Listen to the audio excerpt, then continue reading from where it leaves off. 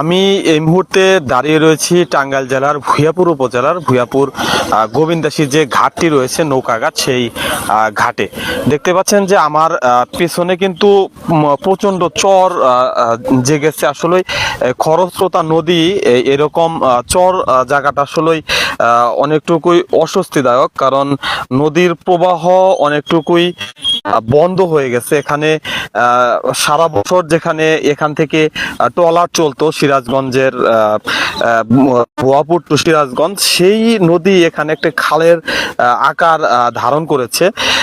দেখতে পাচ্ছেন যে খুবই একদম চরের মতো কিন্তু হয়ে গেছে। এর কয়েকটি কারণ রয়েছে, যেমন সিরাজগঞ্জের যে অংশ রয়েছে যমুনা নদীতে বেশ কিছু জায়গায় অর্থনৈতিক অঞ্চল গড়ে তোলা হয়েছে এবং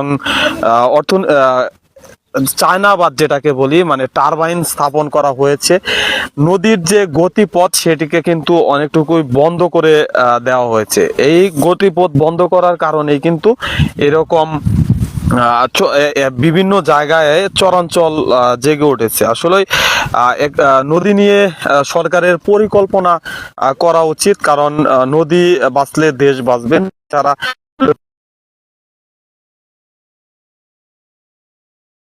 এটা কিন্তু মারাত্মক হুমকির মুখে পড়বে। শুধু এইখানে নয়, যমুনা নদীর প্রায় অনেকটুকুই যৌবনী হারিয়ে যেতে বসেছে। অপরিকল্পিত ড্রেজিং, অপরিকল্পিত স্থাপনা, বিভিন্ন কারণেই কিন্তু এরকম নদীটা সংকুচিত হয়ে উঠেছে।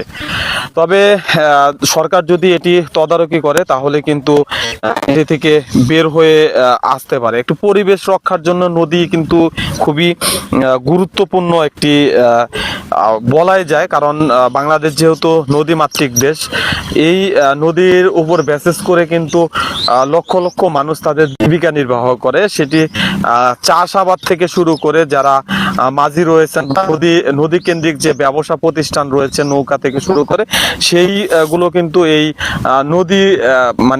নদী কেন্দ্রিক যে ব্যবসায়ীরা রয়েছে তারা কিন্তু অনেকটুকুই মানে হুমকির মুখে। আসলে আমাদের বিকল্প কোনো কর্মসংস্থান হচ্ছে না দেশে, কিন্তু যেগুলো কর্মসংস্থান ছিল নানান জটিলতায় নানান কারণে কিন্তু কর্মসংস্থান বন্ধ হওয়ার পথে।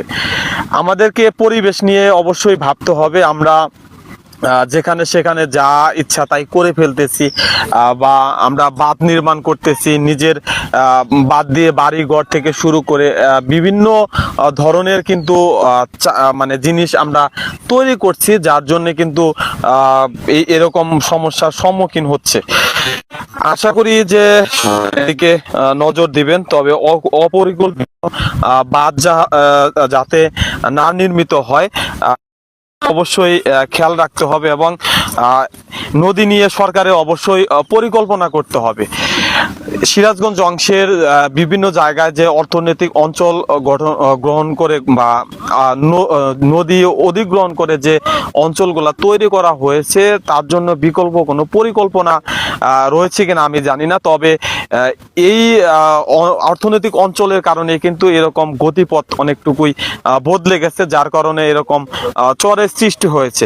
আশা রাখবো বর্তমান সরকার এটি নিয়ে কাজ করবেন এবং নদী বাঁচাবেন।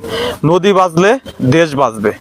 নদী বাঁচুক, দেশ বাঁচুক, নতুন সোনালী ফসল এবং নতুন ভাবে প্রাকৃতিক আবার জেগে উঠুক, এমনটাই প্রত্যাশা করি।